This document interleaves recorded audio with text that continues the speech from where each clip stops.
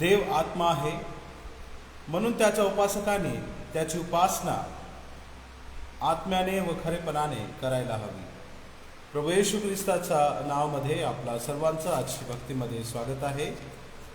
आज पेंतेकॉस्ट दिनानंतरचा 17वा रविवार आहे. पेंतेकॉस्ट दिनानंतरचा 17वा रविवार आहे आणि आजचा विषय आहे क्रूस वाहण्याचा अर्थ आणि त्याचे दैनंदिन जीवनात असलेले महत्त्व. क्रूस वाहण्याचा अर्थ आणि त्याचे दैनंदिन जीवनात असलेले महत्त्व. आपण प्रार्थना करूया आणि आजची भक्तीची सुरुवात करूया. सर्वशक्तिमान खुदावन प्रभु, हम आपके चरणों के पास आते हैं. प्रभु जी, आपको धन्यवाद देते हैं इस राजा इस समय के लिए जो आपने हमें दिया. पिता परमेश्वर, फिर एक बार प्रभु आपके भवन में इस ऑनलाइन सर्विस के माध्यम से प्रभु आपने हमें लेकर आया. इस समय जब हम गीतों को गाते हैं प्रभु, आपके नाम की स्तुति करते हैं, अपनी अगुवाई में प्रभु आप हमें चलाइए. यीशु नासरी के नाम से मांगते हैं, सुनने से बड़ी दया से ग्रहण कीजिए. आमीन. आइए हम प्रभु की स्तुति के लिए एक गीत को हम लोग गाएंगे और हम अपने मनों को परमेश्वर की संगति के लिए और उसके वचन के लिए हम तैयार करेंगे. रोशनी है तेरी सबसे महान, हम है जमीन और तू आसमां. इस गीत को गाएंगे और हम प्रभु की स्तुति करेंगे. रोशनी है तेरी सबसे महान, हम है जमीन और तू आसमां. रोशनी है तेरी सबसे महान, हम है जमीन और तू आसमान. जीवन ज्योति को जलाएंगे, जीवन ज्योति को जलाएंगे, तेरे ही सामने यीशु महान. रोशनी है तेरी सबसे महान, हम है जमीन और तू आसमां. हम है जमीन और तू आसमां. दे रहे हैं सदा हम उठाकर हाथ, दिल से आ रही एक आवाज. दे रहे हैं सदा हम उठाकर हाथ, दिल से आ रही एक आवाज. तेरे करम से है मेरी हयात, तेरे करम से है मेरी हयात, तेरे ही दम से चल रही है सांस. रोशनी है तेरी सबसे महान, हम है जमीन और तू आसमां. हम है जमीन और तू आसमां. ये मेरी जिंदगी है तेरी यीशु, मैं तेरी पनाह में अब सदा रहूं.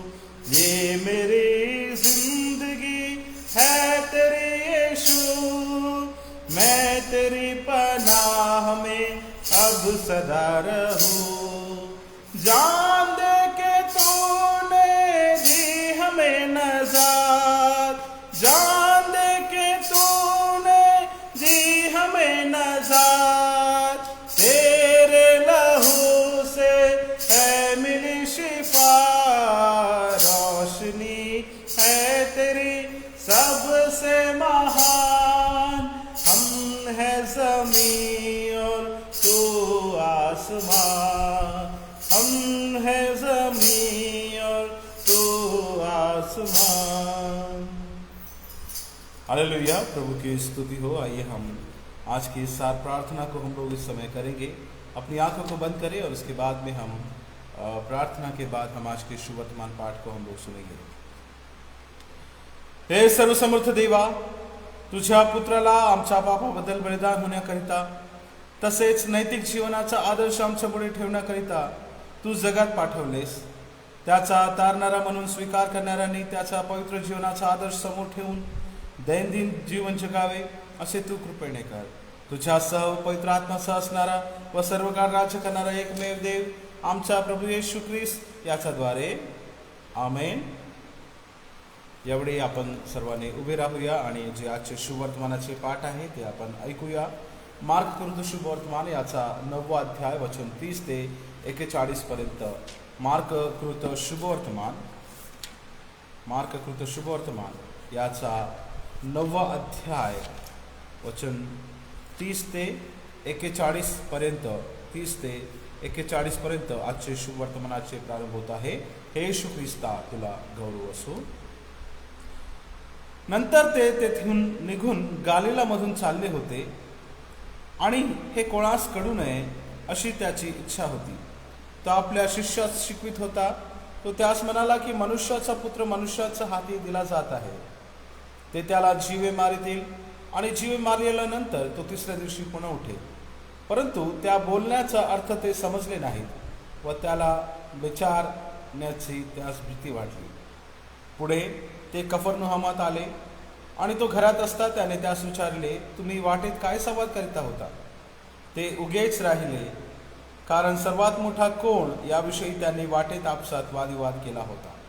नंतर तो खाली बसला आणि आपल्या 12 शिष्यास बोलावून त्यास म्हणाला, आपण पहिले व्हावे असे कोणाच्या मनात असल्यास त्याने सर्वात शेवटले व सर्वाचा सेवक असावे. मग त्याने एका बाळकास उचलून घेऊन त्याच्या मध्ये ठेवले व त्याला कवंटाळून धरून त्यास म्हटले, जो कोणी माझ्या नावाने अशा बाळकापैकी एकाला स्वीकारितो तो मला स्वीकारितो व जो कोणी मला स्वीकारितो तो मला नाही तर ज्याने मला पाठविले त्याला स्वीकारितो. योहानाने त्याला म्हटले, गुरुजी, कोणी एकाला आपल्या नावाने भूते काढताना आम्ही पाहिले तेव्हा त्याला आम्ही मना केले, कारण तो आमचा अनुयायी नव्हता. येशू म्हणाला, त्याला मना करू नका, कारण जो माझ्या नावाने अद्भुत कृत्य करील व लागलीच माझी निंदा करील असा कोणी नाही. जो आपल्याला प्रतिकूल नाही तो आपल्याला अनुकूल आहे.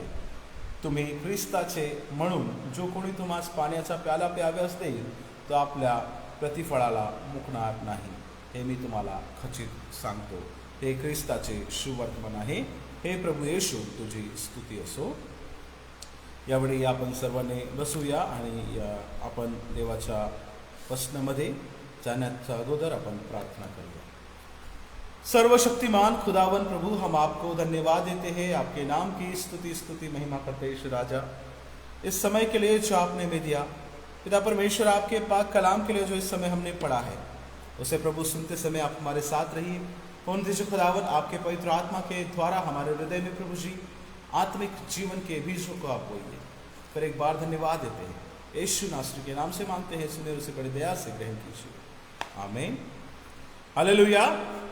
प्रभु की स्तुति हो. प्रियो, आज पेंतकोस्त के बाद का 17वां रविवार है. पेंतकोस्त के बाद का आज का 17वां रविवार है और आज का विषय कहता है lessons of the cross for daily life. Lessons of the cross for daily life. मराठीमध्ये असं लिहिलं गेलेलं आहे, क्रूस वाहण्याचा अर्थ आणि त्याचे दैनंदिन जीवनात असलेले महत्त्व. क्रूस वाहण्याचा अर्थ आणि त्याचे दैनंदिन जीवनात असलेले महत्त्व.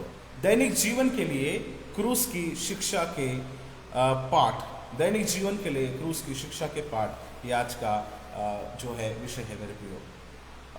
प्रियो, जब हम बात करते हैं दैनिक जीवन के लिए क्रूस जो है हमें क्या सिखाता है, आज का जो संदेश जो हम लोग सुनने वाले हैं और आज का जो संदर्भ हम लोग देखते हैं कि यीशु मसीह जब वो रास्ते से जा रहे थे तो उनके जो चेले हैं वो आपस में वाद विवाद कर रहे हैं. अगर हम लोग 33 से लेकर हम 37 वचन के बीच में जब देखते हैं, मरकुस उसका 9वां अध्याय 33 से लेकर 37 वचन जब देखते हैं तो वहां पर रास्ते में वो लोग वाद विवाद कर रहे हैं और यीशु मसीह उनसे पूछते हैं कि आप किस बात के लिए वाद विवाद कर रहे थे. उनका जो वाद विवाद था वो ये था कि हम में से बड़ा कौन है.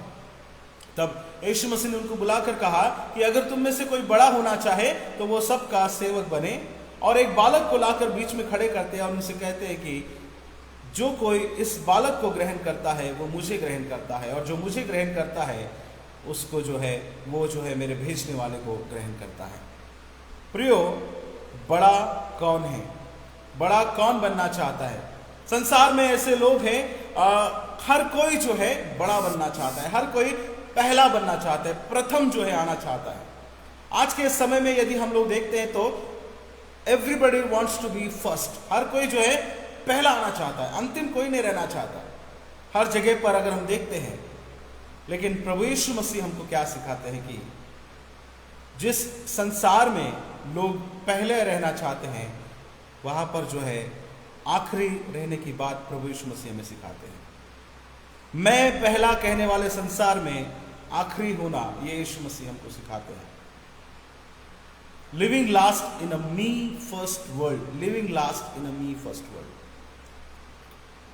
हर कोई बड़ा बनना चाहता है, हर कोई अपने आप को इंपॉर्टेंस देना चाहता है, हर कोई अपने आप को प्रथम करके लाना चाहता है। उदाहरण के तौर पर यदि हम बात करें तो जो खेल में खिलाड़ी जो ओलंपिक्स खेलते हैं, उदाहरण के तौर पर अभी जो नीरज चोपड़ा जो उन्होंने खेला था, तो कोई भी एथलीट, कोई भी खिलाड़ी वो ये चाहता है कि वो दुनिया में नंबर 1 बने, वो सर्वप्रथम आए, क्योंकि उसको सेट करना है रिकॉर्ड को। जो बिजनेसमैन है या व्यापारी है वो अपने आप को सबसे ऊंचे स्थान पर देखना चाहता है, सबसे बड़ा बिजनेसमैन मैं बनूं। जो मजदूरी करता है उसको लगता है कि मुझे सबसे ज्यादा तनख्वाह मिले। जो विद्यार्थी है उसको लगता है कि मुझे सबसे ज्यादा मार्क मिले, मेरे पास अच्छे दोस्त हो और मेरी सारी जरूरतें पूरी हो। कोई गलती नहीं है ना, बहुत बार जो है लोग जो संसारिक सोच जो इस प्रकार की है कि सर्वप्रथम मैंने आना चाहिए, सबसे ज्यादा मुझे मिलना चाहिए, सबसे आगे मैंने रहना चाहिए। लेकिन यीशु मसीह के राज्य में, परमेश्वर के राज्य में सर्वप्रथम अगर बनना है तो आपको सबसे आखिरी होना बहुत जरूरी है मेरे लिए। सर्वप्रथम रहने में डेंजर क्या है, खतरा क्या है? सर्वप्रथम जो है लोग जो है हमेशा चाहते हैं कि मैं सबसे पहला रहूं या सबसे बड़ा रहूं। इसमें यह होता है कि कई बार हम पद, पैसा, प्रतिष्ठा, ताकत, इसको पाने के चक्कर में हम जो है हमारे अंदर में घमंड आने लगता है। कई बार आप लोगों को देखिए जो बहुत ज्यादा बुद्धिमान है, जो बहुत पढ़ाई में आगे है, जो बहुत खेल में आगे है या म्यूजिक बजाने में आगे, उनके अंदर बहुत जल्दी घमंड आ जाता है। बहुत जल्दी अपने आप को जो है वो सबसे जो है अपने आप को सबसे बड़ा तोप समझने लगता है। अगर हम उसकी बात करें, कई बार लोगों को लगता है कि हमसे बड़ा कोई नहीं है, हमारे पास में टैलेंट है। घमंड जो है लोगों के अंदर में आने लगता है मेरे को। और सर्वप्रथम बनने की दौड़ में जब हमारे अंदर घमंड आता है तो हम आत्मिक रीति से दिन प्रतिदिन हम नीचे गिरने लग जाते हैं मेरे को। आत्मिक रीति से हम दिन प्रतिदिन नीचे गिरने लग जाते हैं। आज का विषय हमसे कहता है कि क्रूस के द्वारा हम कैसे दैनिक जीवन की बातों को हम सीख सकते हैं। Lessons of the cross for daily life. क्रूस हमको कैसे रोज हमारे रोजमर्रा के जीवन में हमको सिखाता है कि कैसे हमको जीना है। हमारे जीवन में घमंड नहीं होना चाहिए, क्योंकि घमंड हमें परमेश्वर के आगे नकारा बना देता है। घमंड हमें परमेश्वर के आगे नकारा बना देता है मेरे प्रिय। अगर आप मराठी बाइबल देखेंगे तो वहां पर लिखा हुआ है 33 से लेकर 37 वचन में 9वां अध्याय मार्कुस के, नम्रतेचा धड़ा।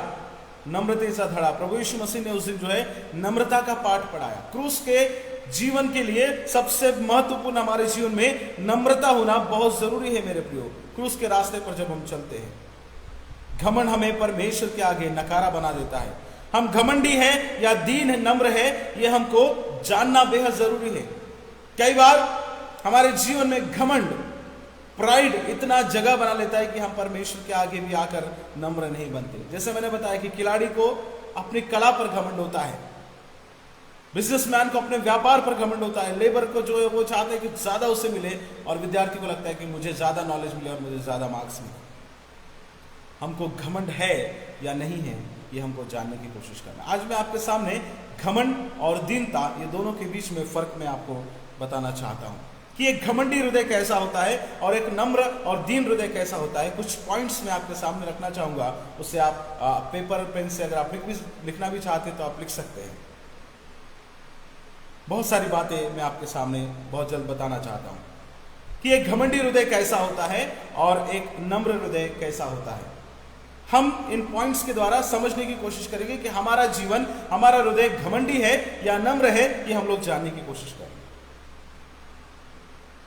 द प्राउड हार्ट या फिर घमंडी हृदय दूसरों का नुकसान चाहता है। पहली बात, घमंडी हृदय दूसरों का नुकसान चाहता है हमेशा, और नम्र हृदय दूसरों की भलाई और अपनी आत्मिक उन्नति चाहता है।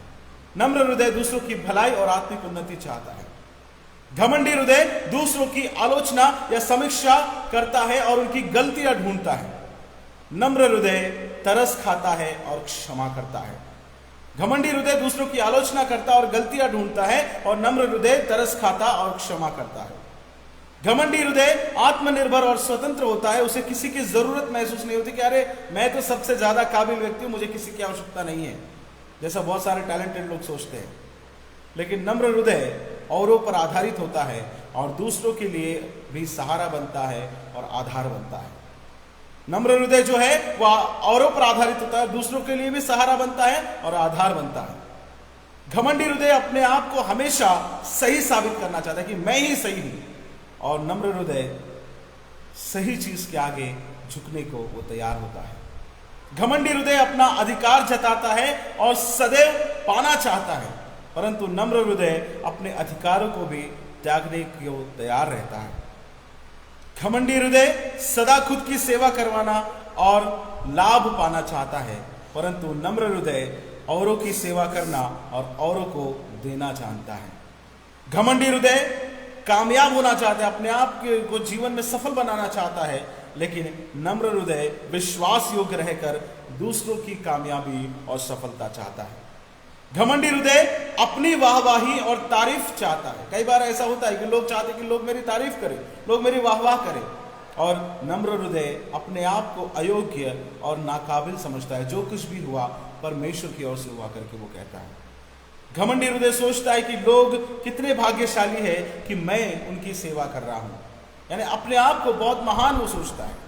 लेकिन जो नम्र हृदय है वो सोचता है कि परमेश्वर कितना अद्भुत है कि वो मुझ जैसे अयोग्य मनुष्य का इस्तेमाल कर रहा है उसकी सेवा के लिए। घमंडी हृदय घायल हो जाता है जब औरों की तारीफ होती है, लेकिन नम्र हृदय औरों की तारीफ से खुश होता है। घमंडी हृदय घायल हो जाता है, उसको नहीं लगता कि दूसरे की तारीफ की जाए, लेकिन जो नम्र हृदय है वो औरों की तारीफ सुनकर भी वो खुश होता है। घमंडी हृदय पाप के प्रति दुखी होता है और क्षमा नहीं करता। नम्र हृदय सच्चा पश्चाताप करता और औरों को क्षमा करता है। घमंडी हृदय अपनी काबिलियत और शान पर घमंड करता है कि मैं कितना जानता हूं, मैं कितना काबिल हूं, मैं कितना बुद्धिमान हूं, लेकिन नम्र हृदय सब कुछ जानकर भी दीन और नम्र होता है और कहता है कि मुझे और भी बहुत कुछ सीखना है, और भी सीखने के लिए तैयार रहता है। कई बार हम लोगों को कहते हैं अरे मुझे पता है, मुझे ये बात मालूम है। कभी बहुत से लोग हमने सुना है, अगर हम उनको कुछ बताने की कोशिश करते हैं वो कहते हैं कि अरे मुझे तो बहुत मालूम है, मुझे बताने की जरूरत नहीं, मैंने दुनिया देखी है, मैं बहुत अनुभवी हूँ, मैं जानता हूँ। जब इंसान कहने लगता है कि मैं जानता हूँ, उस दिन से वो सीखना छोड़ देता है मेरे लिए। जो घमंडी हृदय है वो कहता है कि मुझे सब कुछ मालूम है, लेकिन जो नम्र हृदय है वो नई नई बातों को सीखना चाहता है। घमंडी हृदय खुद के प्रति स्वार्थी रहता है और नम्र हृदय निस्वार्थी होता है। घमंडी हृदय औरों को अपने करीब नहीं आने देता, 2 फीट की दूरी पर रखता है, लेकिन नम्र हृदय खुद को खतरे में डालकर भी औरों के करीब जाता है। घमंडी हृदय तुरंत औरों पर दोषारोपण करता है या दोष लगाता है, परंतु नम्र हृदय अपनी जिम्मेदारी समझकर खुद की गलती को समझने की कोशिश करता है। घमंडी हृदय कहना नहीं चाहता कि वो कभी भी गलत हो सकता है।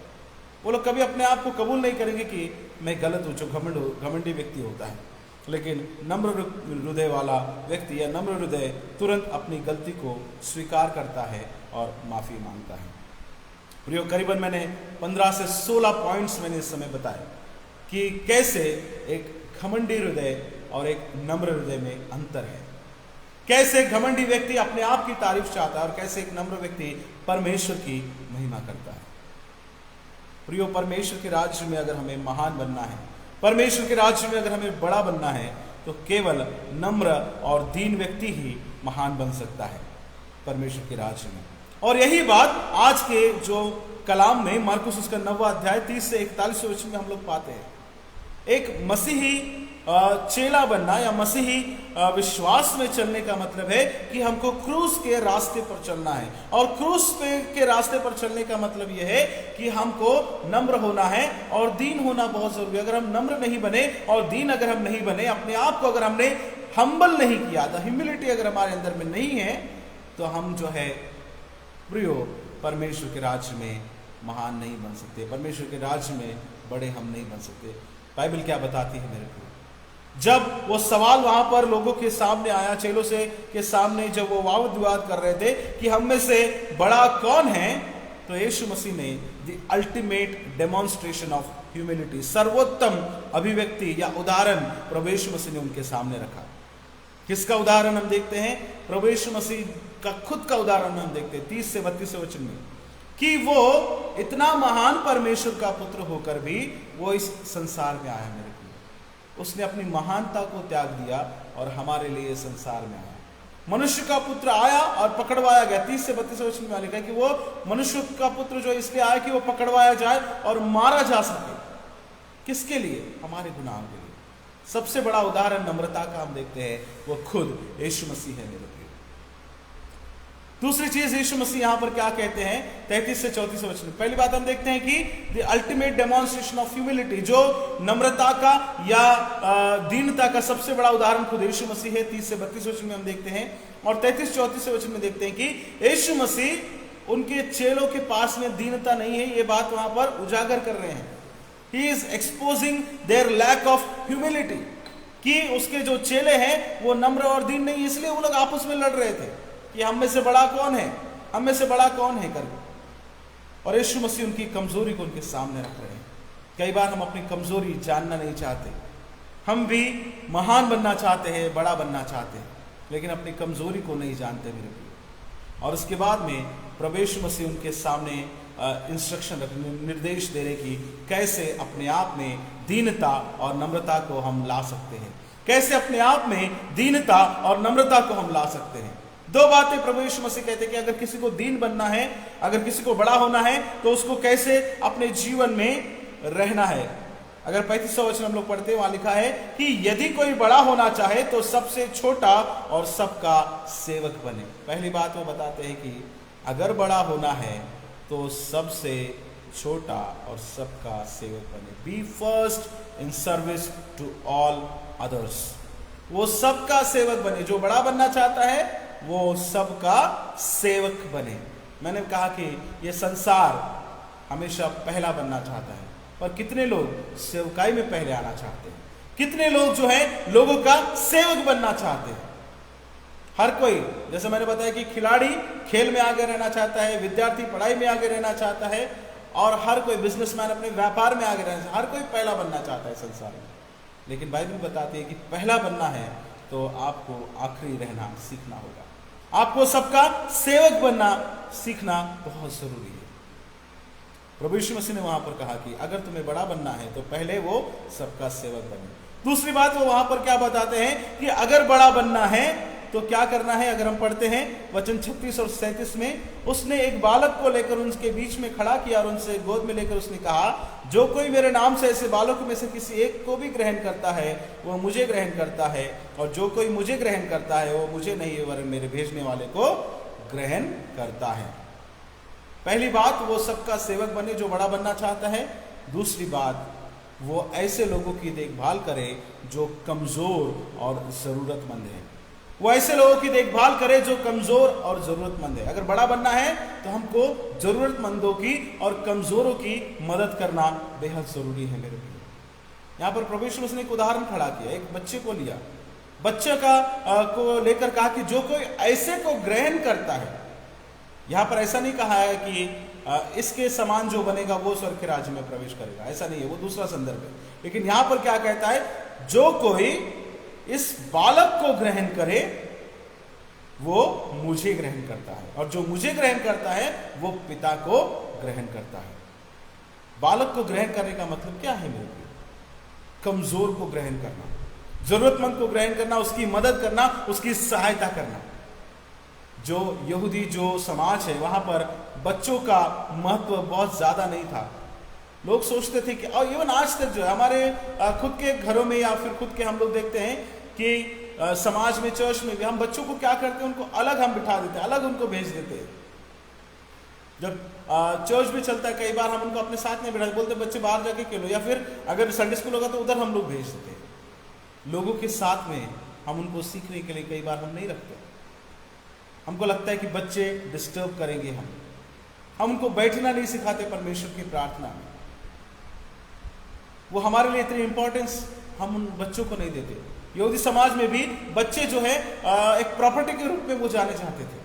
बच्चे जो है उनको बहुत ज्यादा महत्व नहीं दिया जाता था, बहुत निस्सहाय, बहुत असुरक्षित ऐसे वो बच्चे थे।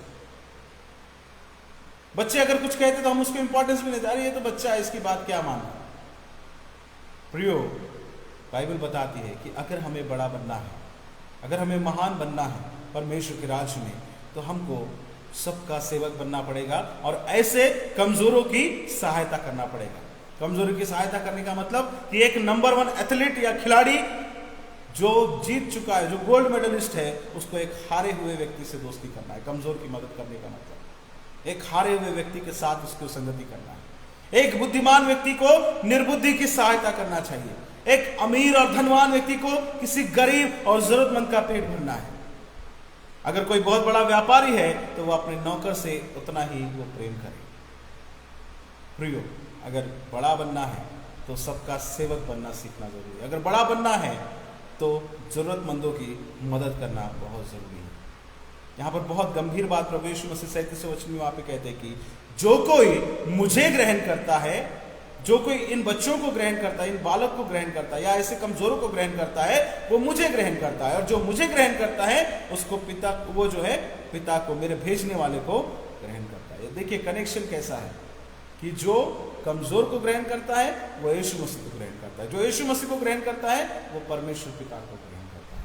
इसलिए अगर परमेश्वर तक अगर हमें पहुंचना है, परमेश्वर को ग्रहण करना है, तो सबसे पहले किसी जरूरतमंद की मदद हमको करना है, किसी जरूरतमंद की जरूरत को हमें पूरी करना है, क्योंकि उसमें हम यीशु मसीह के पास जाने का रास्ता हम पाते हैं। उस गरीब की मदद करके, उस जरूरतमंद की, उस निस्सहाय की सहायता करके, उसका सेवक बन के हम प्रभु यीशु मसीह के सेवक बनते हैं। उसकी सेवा करके हम प्रभु यीशु मसीह की सेवा और परमेश्वर के सेवक हम लोग बनते हैं मेरे लिए। इसलिए बेहद महत्वपूर्ण है कि बड़ा अगर हमें बनना है। संसार में लोग पहला आना चाहते हैं, लेकिन प्रभु यीशु मसीह जो है हमको कहते हैं कि पहला आना है तो आखिरी बनना सीखना बहुत जरूरी है। कई बार हम नम्र नहीं बनते, घमंड हमारे अंदर में आ जाता है। क्या प्रियो, आज हम हमारे जीवन में इस घमंड से लड़ रहे हैं। कहीं ना कहीं जो मैंने आज 15-16 पॉइंट मैंने आपको बताए, हम में भी वो स्वभाव है, वो घमंडी हृदय का स्वभाव हमारे अंदर है। कई बार हमको ऐसा लगता है, अगर हमारे कोलीग में से अगर हमको चुना जाता है या फिर हमको ना चुनकर किसी और को अगर चुना जाता है तो हमारा रिएक्शन कैसे होता है। हमको ना चुनकर अगर किसी चुनाव में कोई कार्य करने के लिए, कोई प्रोजेक्ट करने के लिए या फिर कोई खास काम करने के लिए अगर हमारी काबिलियत से कम या बेहतर व्यक्ति को अगर चुना जाता है तो कई बार हम अनकंफर्टेबल हम फील करते हैं। कई बार जब कोई हमारी कमजोरी बताता है तो हम कैसा रिएक्ट करते हैं, ये भी एक घमंड है। हम कैसा रिएक्ट करते हैं जब कोई हमारा कमजोरी बताता है।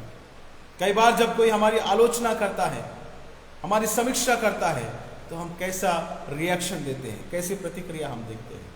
ये सब हमारे घमंड को दर्शाता है। बाइबल बताती है मेरे प्रिय, प्रभु यीशु मसीह कहते हैं कि अगर बड़ा बनना है तो हमको सबका सेवक बनना पड़ेगा। बड़ा बनना है तो कमजोरों की सहायता करना बहुत जरूरी है मेरे प्रिय। क्या हम आज दीनता में बढ़ रहे हैं?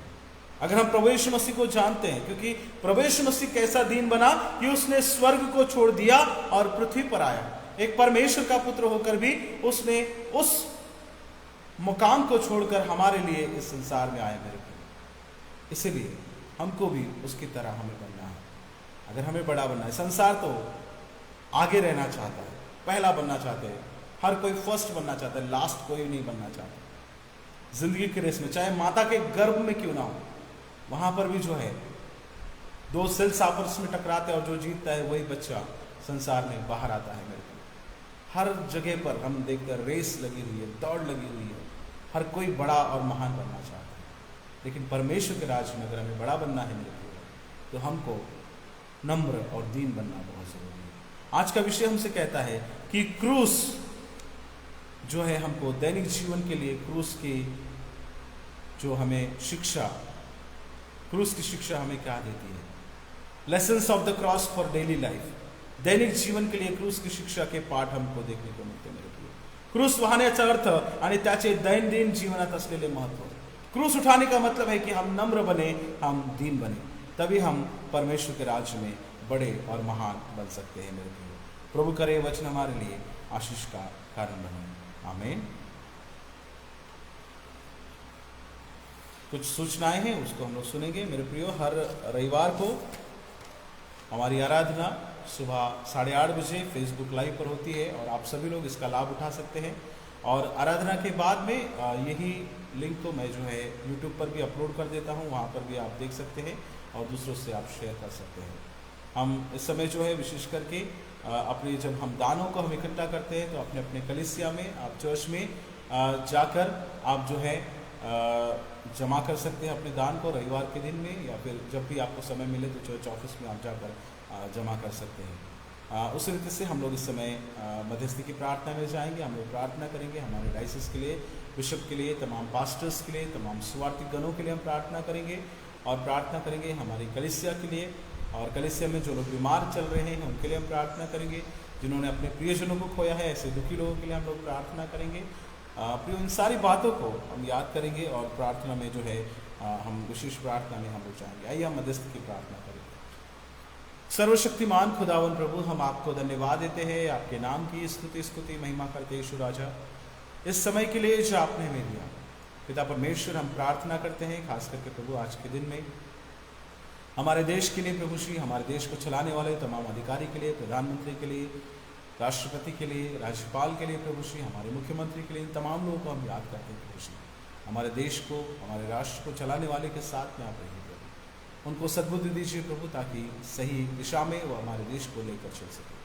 पिता परमेश्वर, हम प्रार्थना करते हैं उस से हमारे डायसिस के पदाधिकारियों के लिए प्रभु श्री, पिता परमेश्वर उनके भी साथ में आप रहिए। पिता परमेश्वर बिशप को खास करके और तमाम पास्टर्स को, सुवार्थिक लोगों का आपके हाथों में सौंपते हैं, उनको भी बुद्धि ज्ञान दीजिए प्रभु, ताकि सही तरीके से प्रभु जी आपके लोगों को अगुवाई कर सके।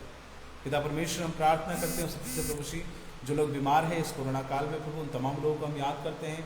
हमारी कलीसिया में भी जो लोग बीमार हैं प्रभु श्री, डेंगू, वायरल फीवर और प्रभु अन्य प्रकार की बीमारियों से जो लोग जूझ रहे हैं प्रभु, उन तमाम लोगों को हम याद करते हैं प्रभु। उन्हें आप छू लीजिए, छू कर आप छुड़वा दीजिए। पिता परमेश्वर, हम प्रार्थना करते हैं उससे प्रभु जी जल्द से जल्द हमारी कलीसियाएं खुल सके, आपके भवन में आकर प्रभु हम आपकी आराधना कर पाए, ऐसी आप सहायता कीजिए। जितने लोग प्रभु जी इस समय मुझे इस ऑनलाइन सर्विस के द्वारा सुन रहे प्रभु, उन तमाम लोगों को प्रभु मैं आपके हाथ में सौंपता हूँ, उन्हें आप आशीष कीजिए प्रभु जी। धन्यवाद देते हैं प्रभु जी, फिर एक बार सारे सप्ताह भर के लिए हमारे जीवनों को आपके हाथों में सौंपते हैं। छोटी सी विनती यीशु नासरी के नाम से मांगते हैं, सुनिए और उसे बड़ी दया से ग्रहण कीजिए, आमीन।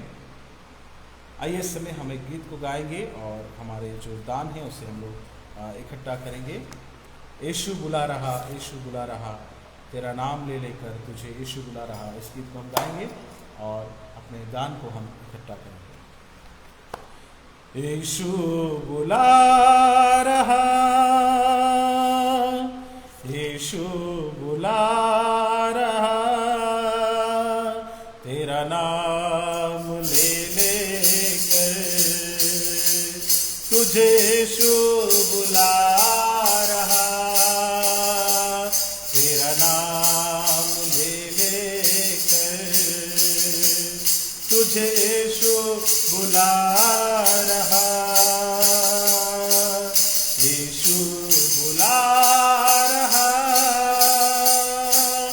यीशु बुला रहा,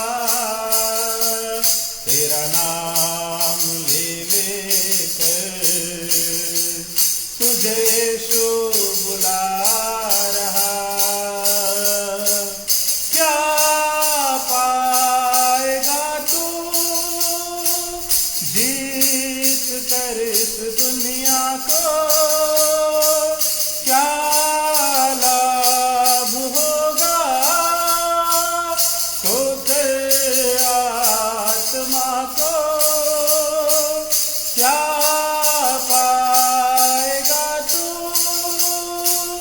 जीत कर इस दुनिया को क्या लाभ होगा,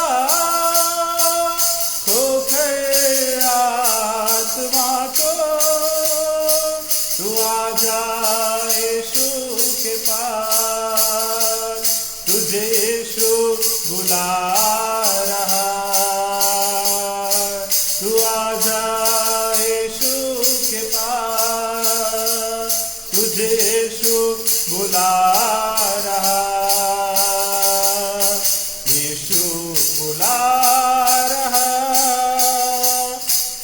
यीशु बुला रहा, तेरा नाम ले लेकर तुझे यीशु बुला रहा, तेरा नाम ले लेकर तुझे यीशु बुला रहा। चोर आया चोरी करने, घात हत्या करने, चोर आया चोरी करने, घात हत्या करने, यीशु आया जीवन देने, बहुतायत का जीवन देने, तू आ जा यीशु के पास, तुझे यीशु बुला रहा, तू आ जा यीशु के पास, तुझे यीशु बुला रहा, यीशु बुला रहा, यीशु बुला रहा, तेरा नाम ले लेकर तुझे यीशु बुला रहा, तेरा नाम ले लेकर तुझे यीशु बुला रहा। आइए हम इस दान के लिए जो लाया गया है उसके लिए हम विशेष प्रार्थना करेंगे, उसके बाद प्रभु की प्रार्थना करके हम लोग समाप्त करेंगे। सर्वशक्तिमान प्रभु, हम आपके चरणों के पास आते हैं इस समय इस ऑनलाइन सर्विस के द्वारा जो भी दान प्रभु आपके वेदी के सन्मुख लाया गया है प्रभु, इसे आप स्वीकार कीजिए। उन जो खुदावन इसके द्वारा आपके भवन में सदैव भोजन वस्तु बने रह सके। पिता परमेश्वर, जितने लोग मुझे इस ऑनलाइन माध्यम के द्वारा सुन रहे हैं उन तमाम लोगों को प्रभु आप आशीष कीजिए, उनके परिवारों को आशीष कीजिए प्रभु जी। खास करके हमारी कलीसिया सेंट माइकल चर्च दुर्गापुर के लोगों को हम आपके हाथों में सौंपते हैं। हर किसी के साथ में आप रहिए, अपनी कृपा दृष्टि अपना अनुग्रह के ऊपर बनाए रखिए। पिता परमेश्वर, सप्ताह के लिए जब हम यहाँ से विदा होते हैं आप हमारे साथ रहिए सप्ताह भर प्रभु, अपना अनुग्रह अपनी कृपा आप हमारे जीवनों के ऊपर बनाए रखिए। फिर एक बार धन्यवाद देते हैं, आपके नाम की स्तुति करते हैं, यीशु नासरी के नाम से मांगते हैं, सुनने से बड़ी दया से ग्रहण कीजिए, आमेन। आपल्या प्रभूने शिकवलेली प्रार्थना आपण सर्वजण एकत्रितपणे म्हणूया। हे आमच्या स्वर्गातील बाप्पा, तुझे नाव पवित्र मानले जाओ, तुझे राज्य हो, जसे स्वर्गात तसे पृथ्वीवरही तुझे इच्छेप्रमाणे हो। आमची रोजची भाकर आज आम्हाला दे, आणि जशी आम्ही आमच्या अपराधांना क्षमा करतो तशी तूही आमच्या अपराधांची आम्हाला क्षमा कर, आणि आम्हाला परीक्षेत आणू नकोस तर आम्हाला वाईटापासून सोडू, कारण की राज्य, सामर्थ्य आणि गौरव हे सर्व काळ तुझीच आहे, आमेन। मानवमतीला तर कशी देवाची शांती तुमच्या अंतकरणी व मनी वसो, व त्याचा पुत्र येशू ख्रिस्त याच्या ज्ञानात व प्रेमात तुम्हाला सदैव राखो।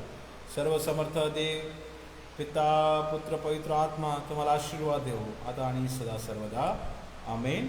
शांतीने जा, प्रभू प्रेम करा आणि त्याची सेवा करा, ख्रिस्ताच्या नावाने, आमेन। सुवंद देवा परात्पर स्तवा हो त्याला खाली वर, तो बाप पुत्र आत्मा जान त्रैक्याला द्या अनंत मान, आमेन। प्रभु तुमच्या असो आणि तुम्हारा सर्व असो, आमीन। Praise the Lord. आप सभी को प्रभु आप सभी को आशीष दे और इस सप्ताह भर वो आपको सुरक्षित रखे। इस सर्विस को आप औरों के साथ में भी आप शेयर कर सकते हैं और यूट्यूब पर भी आप जाकर इसे देख सकते हैं। Praise the Lord.